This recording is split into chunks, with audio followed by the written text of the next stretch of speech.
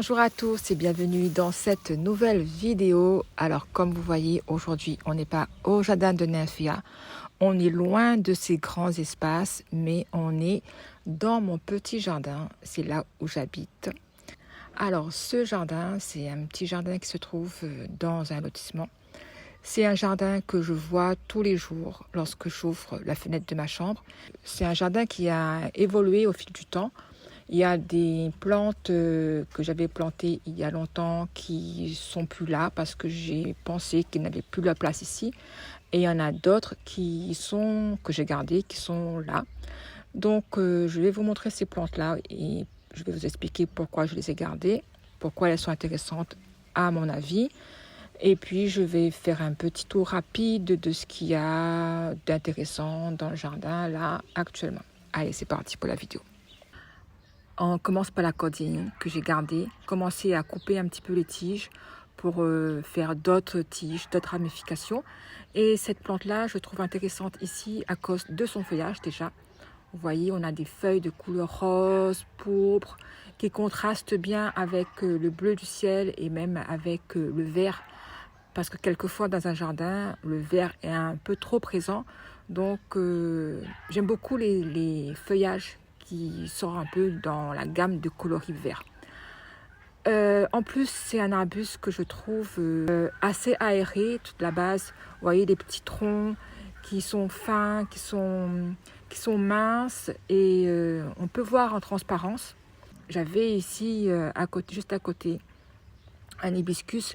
Là, celui-là, je l'ai enlevé parce que même en coupant, il faisait encore plus de tiges, de branches, mais c'était vraiment trop fourni et avec une couleur imposante, vraiment du vert clair, et on se sentait oppressé.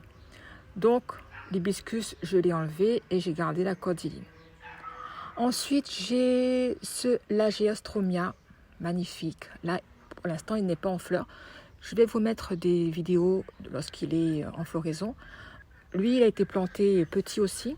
Il a commencé à pousser sur une tige, donc j'ai laissé faire parce que je voulais sur une seule tige, je voulais pas plusieurs troncs. Et cet arbuste-là, il est intéressant par rapport à sa floraison. En été, il nous fait des grosses panicules de fleurs de couleur rose, mais vraiment d'un rose lumineux, avec des fleurs à l'aspect de crêpe. D'ailleurs, on appelle aussi myrte de crêpe. L'écorce, elle est aussi particulière. C'est une écorce de couleur beige, un peu marbrée, à l'aspect lisse, même au toucher. Hein. C'est une écorce lisse qui se desquame aussi en fonction de la saison. Ensuite, alors, qu'est-ce qu'on a? Alors, on a ce palmier qui est un palmier phénix. On l'appelle aussi dattier nain. Il y en a qui le plantent en plante d'intérieur, en pot. Je l'ai eu, quand je l'ai eu, il était tout petit et effectivement, je l'ai utilisé comme plante d'intérieur assez longtemps avant de le planter en pleine terre ici. Donc, son tronc, là, vous voyez comment il est, on appelle un stipe. Donc, il est formé par les cicatrices des feuilles. Au fur et à mesure que les feuilles tombent, la plante, elle monte et on garde des petits pics comme ça au niveau de l'aisselle des feuilles en fait. Par contre, ce qu'il faut faire attention avec ce palmier phénix, c'est qu'il a de nombreuses épines qui sont longues et qui sont pointues sur les feuilles. À part ça, je trouve que c'est une plante très intéressante dans ce jardin parce que elle me procure une ombre pour mes plantes qui se trouvent au-dessous. J'ai mis des plantes qui apprécient l'exposition mi-ombre. Donc, plante très intéressante pour le moment, en tout cas pour moi au jardin. J'avais au milieu du jardin des pots avec des plantes qui ont grandi. Donc je les ai mis contre le mur. Alors on a, par exemple, on a le frangipanier. Donc là pour l'instant il n'est pas en fleurs, mais le frangipanier, superbe floraison, Je vous avais mis une vidéo lorsqu'il était en fleurs. Après, à côté, on a le palmier Paul et Virginie. Ça aussi, ça prend de la place quand il est planté en pleine terre. Donc là, il est dans son pot, il est tranquille. Ensuite, on a à côté un pachypodium. Voilà, j'ai réussi à dire le nom. Un pachypodium. On appelle aussi palmier de Madagascar. Donc ce palmier-là aussi, il a des épines un peu moins longues que le phénix, mais il a quand même des épines sur tout le tronc et même sur les tiges. Et là, il est bien, il est contre le mur. Il n'y a plus de risque de se blesser quand on passe à côté.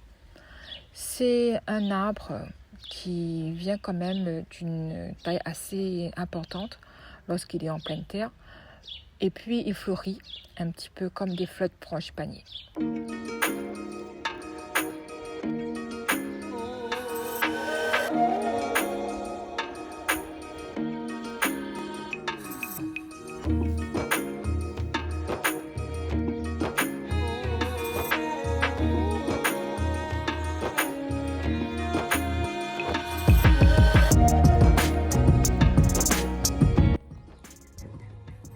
Donc là, on est, comme je vous ai dit, à l'ombre du palmier phénix.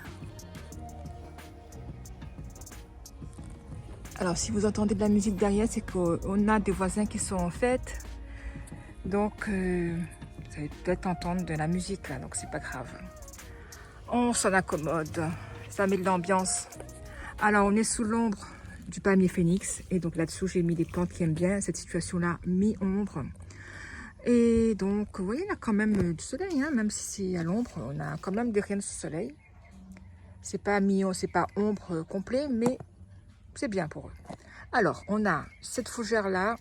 C'est une fougère, vous voyez, les feuilles au revers, typique des fougères.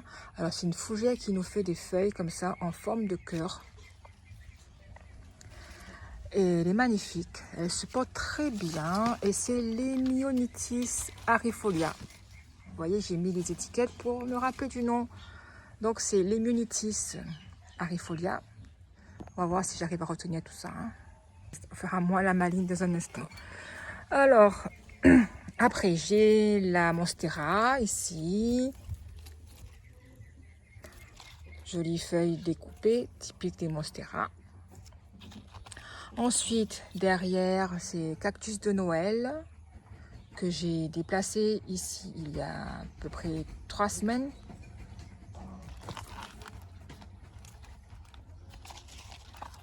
Ensuite, à côté, j'ai une autre fougère. Alors celle-là, j'ai pas le nom, mais je peux la voir. Je vais regarder sur internet. Après, derrière, j'ai Syngonium. Donc elle était posée par terre, elle a commencé à mettre ses racines dans la terre et du coup je l'ai déplacée, je l'ai mis là posée sur un tronc d'arbre. Je trouve qu'elle est bien. Elle a les feuilles qui descendent un petit peu comme ça en cascade là devant. Ensuite, ça c'est ma clématite dont je vous avais parlé, la multi-blue. Donc ça y est, là toutes les fleurs sont tombées. Pour l'instant je ne l'ai pas encore plantée. Elle fait à nouveau des petites fleurs. Donc voilà, pour l'instant, elle est posée là. On verra par la suite où est-ce que je vais la mettre. Ensuite, devant, on a une bouture de Crassula ovata. Et sur tout le devant, on a des petits pieds d'adénium que j'avais planté. C'était là, je ne me rappelle plus, j'avais planté ça. C'était un semis de novembre. Novembre. Oh. Ça fait quoi? Ça fait déjà novembre, décembre, janvier, février, mars, avril. Ça fait 5 mois et ils sont encore tout petits comme ça. Donc, j'ai 5. J'ai les 5 rescapés. Je pense que je vais les rempoter à nouveau, changer le substrat. On verra s'ils reprennent un petit peu plus de vigueur parce que là, même s'ils ont fait des feuilles, ils n'ont pas beaucoup grandi, ils n'ont pas beaucoup grossi. Par contre, derrière, ce sont des boutures d'adénium, pareil, des petits tronçons de tiges. Donc ça a bien poussé. Et puis là, vous voyez, ça, j'adore. C'est une plante avec des jolies feuilles comme ça. Je vois si je retrouve le nom. Qui nous fait des fleurs aussi. Je vais me lever, je vais me lever. Parce que là j'étais par terre. Je me lève et je vous montre. Alors, on a des fleurs comme ça. Ça fait un peu jardin japonais. J'adore. Et puis sur le blanc du mur, vous voyez, les tiges en bas là qui ressortent. C'est exactement ce que je vous disais. C'est ce genre de choses que j'adore au jardin. Pas imposant, assez aéré comme ça. Donc ça c'est pour le côté droit. On va passer de l'autre côté. Ça c'est une Noya. Pour l'instant elle attend dans son... Elle reste encore dans son petit pot là. Il faut que je le dépote. Et je le remporte ici. Dans ce pot plus gros. Alors ça, vous voyez ça? Là je suis en face là. Et je peux avoir ça, les épines dans les yeux. Donc il faut faire attention. Baisser la tête lorsqu'on passe dessous. On a ici les irésines, l'irésine parce qu'il n'a qu'un seul pied, avec son feuillage couleur pourpre qui a bien poussé, qui ça s'est un petit peu étalé. Regardez là, il y a un seul pied, plusieurs tiges, et elle penche un petit peu là, et elle va même je pense qu'elle va s'enraciner si on la laisse faire et faire d'autres plantes. Derrière, on a un pied de Tulsi. C'est le basilic sacré. Là, il est en fleurs. Après, vous voyez là, on peut avoir des graines qui tombent par terre. Et ça repousse. Ça se ressème facilement. Ensuite, devant, on a des petits jaberas. Des petits jaberas. Il y en a 3. Après, ici, j'avais oublié de vous parler de ça. C'est un citronnier. Vous avez parlé de citronnier ou pas? Je sais plus. Alors, dans le citronnier, j'ai fait des petites boutures de peau aux pieds. Donc là, c'est en fleurs. Derrière, on a encore des fleurs. C'est les iris léopard ici. Là, ce sont des petites boutures de rosier grimpant. On a des petits boutons, mais là même, il y avait une fleur ici. Là. Après, on a aussi des petites roses ici qui sont là. Hein. Après, ah ouais, je voulais vous montrer ça aussi. Ça, c'est une plante que j'ai achetée très récemment. Alors, c'est un Lagestromia. Et il est différent de celui-là. Parce que celui-ci, il a des feuilles couleur pourpre. Donc, j'étais un peu surprise de voir des feuilles de cette couleur-là.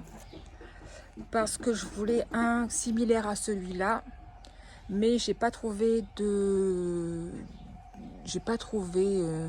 lilas d'Inde avec des feuilles vertes. Je me suis rabattue sur celui-là avec ses feuilles pourpres. Et puis j'ai lu que généralement, ceux qui ont des feuilles comme ça, de cette couleur-là, faisaient des fleurs rouges. Donc, parce que là, je ne sais pas du tout la couleur des fleurs. Ça va être la surprise. Donc, on va laisser ça dans son pot, prendre un petit peu, et puis je verrai si je plante ça au jardin de Nafia ou pas. On verra. C'était des plantes que j'ai coupées suite au cyclone. J'avais taillé, donc ça a bien repoussé. On a un autre derrière. Donc ça, pour info, c'est une plante invasive. Hein. Donc ça a été ramené par les oiseaux, j'ai laissé. Mais c'est une plante invasive, c'est à Tournera, si je ne me trompe pas. Et du coup, il faut, si on en trouve, il faut s'en débarrasser. Et là, je vais la surveiller, je la surveille.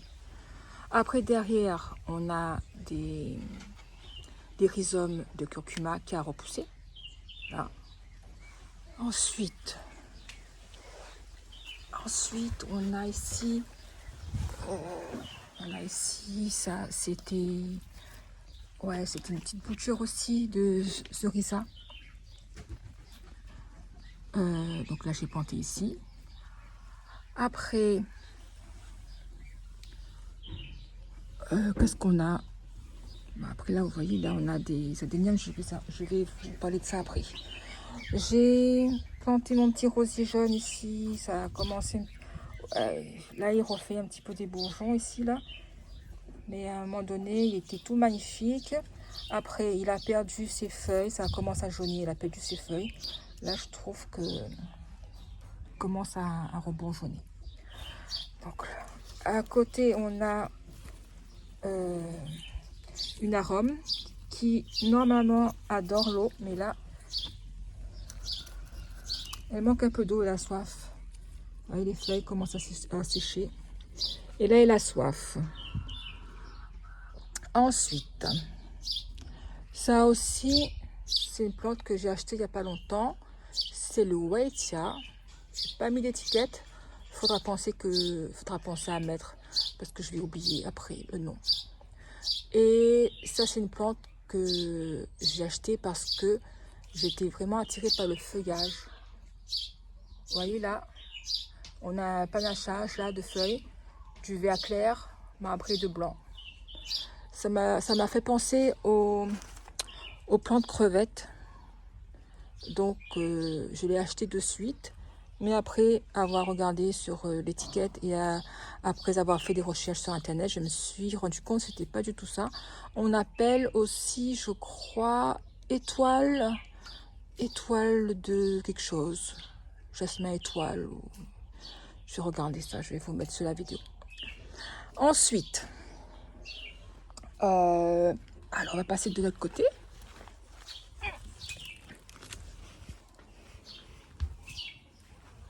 Alors, là on a des plantes qui attendent dans leur pot depuis la dernière fois. Oh là là, j'ai honte. J'ai honte. C'était mon abutilon que je vous avais montré dans une vidéo où je vous avais parlé de mes achats de plantes. Donc là, on a quelques petites fleurs. On appelle l'antenne chinoise, vous voyez là. Petite lanterne chinoise. Magnifique. Bon, maintenant il faut le planter. Alors, c'est un abutilon Megapotanicum. Abutilon Megapotanicum. Il faut que on le plante en pleine terre, celui-là. Ensuite, ça, ce sont des petits, comment ça s'appelle, des rhizomes. Des rhizomes, on dit. Ah, j'ai arraché. Oh là là, je suis bête. Voilà, bon ben j'ai arraché. C'est ça en fait que j'ai récupéré dans un gros pot. Et j'ai démultiplié la plante en fait. J'en ai 3 ici. Un là, un là, un là. Un ici, un là. Et l'autre, j'ai arraché.